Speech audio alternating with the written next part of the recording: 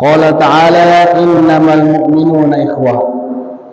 وقال في آية أخرى يا أيها الناس إنا خلقناكم من ذكر وأنثى وجعلناكم شعوبا وقبائل لتعارفوا إن أكرمكم عند الله أتقاكم إن الله عليم خبير. وقال النبي المصطفى صلى الله عليه وسلم من سره أن يبسط له في رزقه ويمسو له في أثره فليصل رحمه. وقال أيضا إذا رأيتم الرجل يعتادون إلى المساجد فاشهدوا له بالإيمان. صدق الله العظيم وصدق رسوله النبي الكريم ونحن على ذلك من الشاهدين والشاكرين والحمد لله رب العالمين. Pertama-tama yang saya hormati, yang saya muliakan, yang saya banggakan, Ketua Takmirul Masjid An-Nur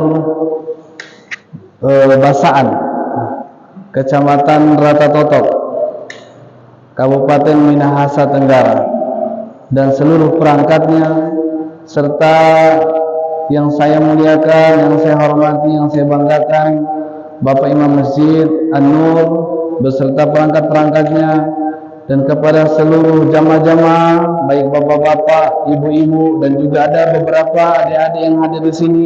Insyaallah kita semua senantiasa dalam ridhonya Allah, senantiasa dirahmati oleh Allah, senantiasa diberkahi seluruh langkah-langkah kita, urusan-urusan kita, dan rezeki kita. Dan mudah-mudahan Allah Subhanahu wa taala berikan kita umur yang berkah, sehingga Allah SWT nantinya wafatkan kita dalam keadaan husnul khatimah. Di surga nantinya kita akan kumpul lagi bersama-sama. Amin ya rabbal alamin. Jamaah hadirin jamaah Isya yang dimuliakan Allah Subhanahu wa taala. Seperti yang tadi disampaikan oleh ketua rombongan kita, tokoh masyarakat kita di kampung Islam, Bapak Aruji Rajab, sarjana ekonomi, bahwasanya kedatangan kita di sini bukan untuk mengajari bapak-bapak, tetapi pertama kita adalah untuk silaturahmi, karena ini merupakan perintah dari Allah Subhanahu wa taala, yang mana Rasulullah sallallahu alaihi wasallam bersabda, "Man kana yu'minu billahi wal yawmil akhir falyasil rahimahu." Barang siapa yang dia mengaku beriman kepada Allah dan kepada hari akhir, maka hendaklah dia menyambung silaturahmi. Hadirin yang mulia, silaturahmi kalau diambil dari bahasa, silah itu artinya menyambung, rahmi atau rahim itu artinya kekerabatan atau kekeluargaan. Nah, mungkin ada beberapa orang mengatakan, kita kan bukan kerabat, kita kan bukan keluarga, terus ngapain harus sambung silaturahmi dengan kami? Bapak-bapak, ibu-ibu, harus kita ingat bahwasanya setiap orang mukmin mereka adalah bersaudara. Melalui firman Allah SWT, innamal mu'minuna ikhwah. Sesungguhnya orang-orang yang beriman itu adalah bersaudara. Bahkan hari ini mulia, persaudaraan kita ini lebih lekat dari persaudaraan saudara, sekandung, seibu. Karena persaudaraan kita ini diikat dengan kalimat thayyibah, la ilaha illallah Muhammadur Rasulullah.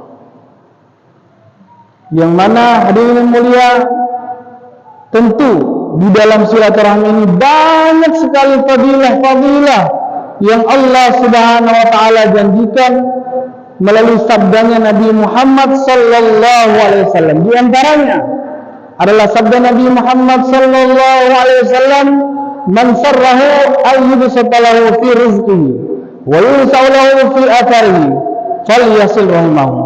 Barang siapa yang ingin agar usianya, agar rezekinya diberkahi dan usianya diberkahi, maka hendaklah dia menyambung silaturahmi.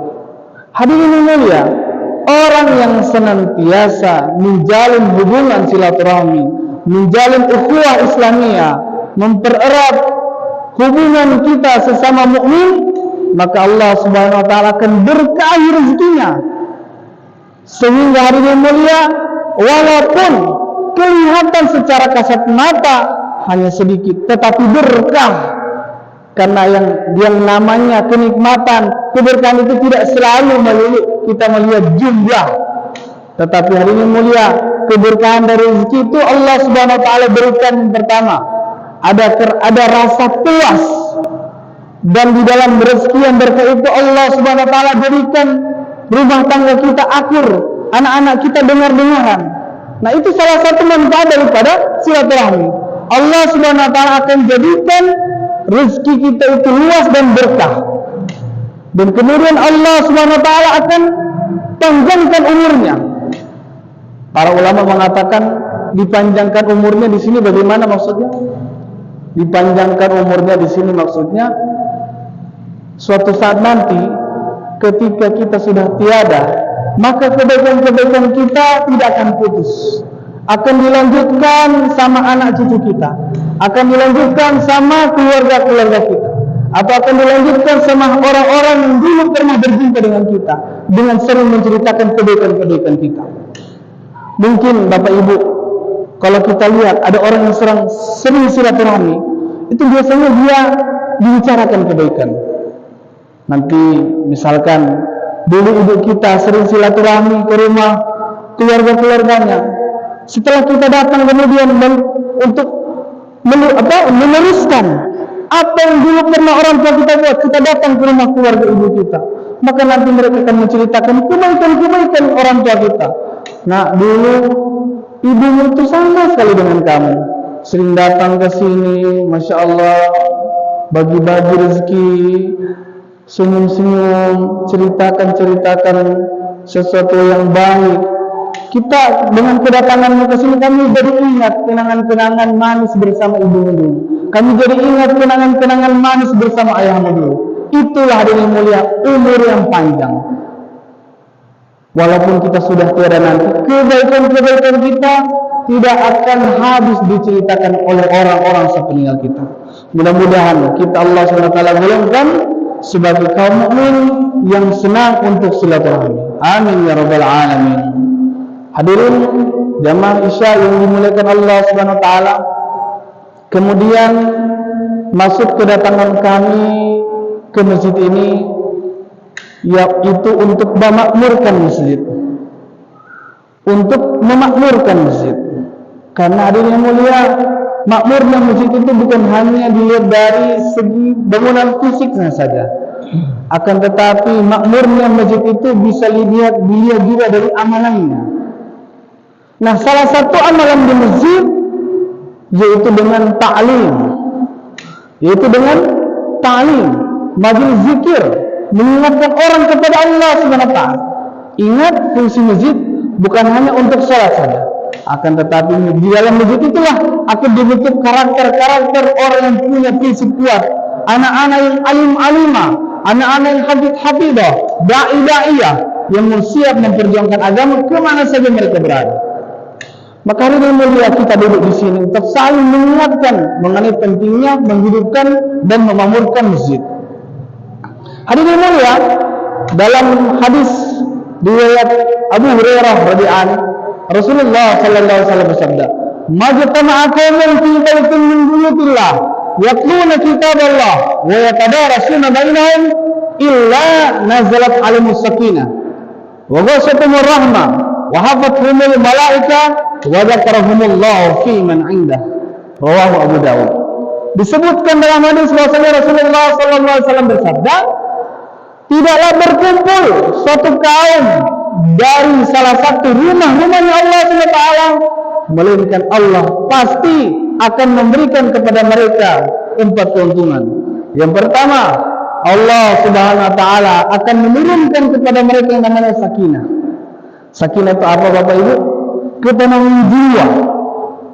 Kita lihat orang-orang itu kadang-kala mau cari healing ke pantai, cari healing ke gunung, yang dari kota pengen ke desa, yang dari desa pengen ke kota, yang dari tempat ini pengen ke keramaian. Semuanya pada hakikatnya ingin mencari yang namanya ketenangan. Tetapi hakikatnya ketenangan hanyalah Allah Subhanahu wa taala berikan di dalam majelis-majelis zikir, yaitu majelis-majelis yang di mana disebut nama Allah Subhanahu wa taala, membesarkan Allah Subhanahu wa taala, mengingatkan tentang kabar akhirat, mengingatkan kita tentang pentingnya ittiba dengan baginda Nabi Muhammad sallallahu alaihi wasallam.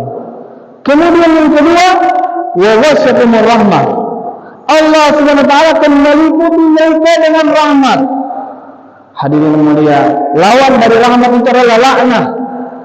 Laknat maksudnya apa? Bila dijauhkan dari rahmat Allah Subhanahu wa taala. Sedangkan orang yang sering kumpul-kumpul di masjid membicarakan tentang agama, maka Allah Subhanahu wa taala akan meliputi mereka rahmat. Sehingga hadirin mulia, di samping kita merasakan ketenangan, Allah Subhanahu wa taala berikan kita rahmat atau kasih sayang darinya.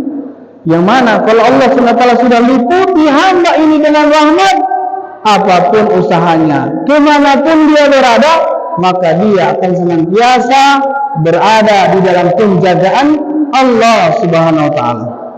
Kemudian yang ketiga, wa hafathumul malaikah, dan malaikat-malaikat akan mengerumuni mereka.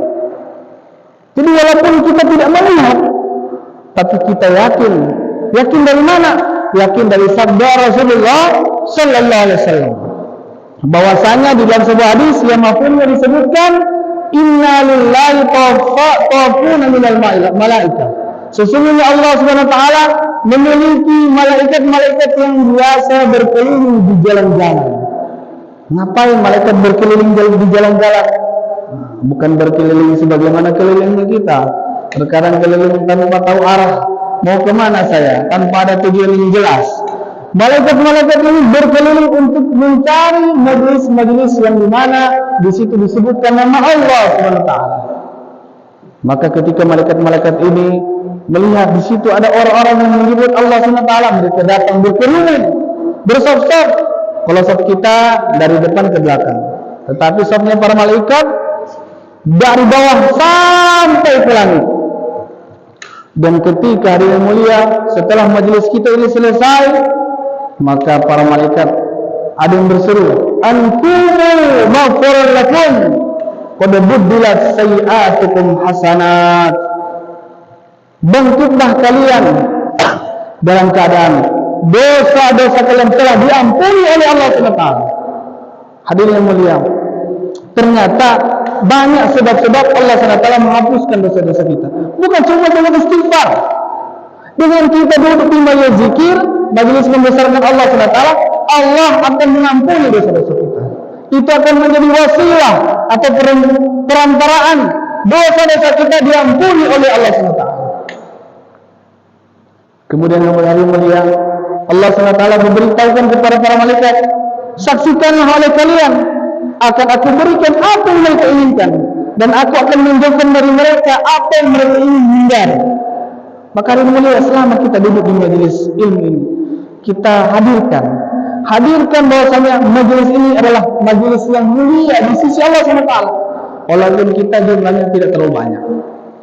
Hari mulia, kemuliaan itu bukan selalu melihat kepada banyaknya jumlah. Mungkin bapak-bapak, ibu-ibu pernah dengar kisah tentang Nabi Ibrahim alaihissalam. Itu beliau berjuang kampung sendiri, berjuang kampung sendiri, tetapi beliau mulia di sisi Allah SWT. Nabi Musa alaihissalam dan Nabi Harun alaihissalam, orang pilihan, berjuang di tengah-tengah kaum, walaupun sedikit tetapi mulia di sisi Allah SWT. Hadirin mulia, Abu Bakar As-Siddiq dan Rasulullah sallallahu alaihi wasallam ketika berhijrah cuma 2 orang saja, jumlahnya cuma 2 orang saja, tetapi Allah SWT abadikan, Allah SWT cintakan.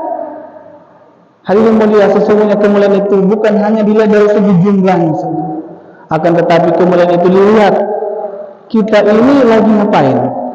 Walaupun kumpul-kumpulnya sedikit, tapi yang kalau kita kumpul-kumpul untuk membicarakan keagungan Allah Subhanahu wa taala, maka majelis kita mulia di sisi Allah Subhanahu wa taala.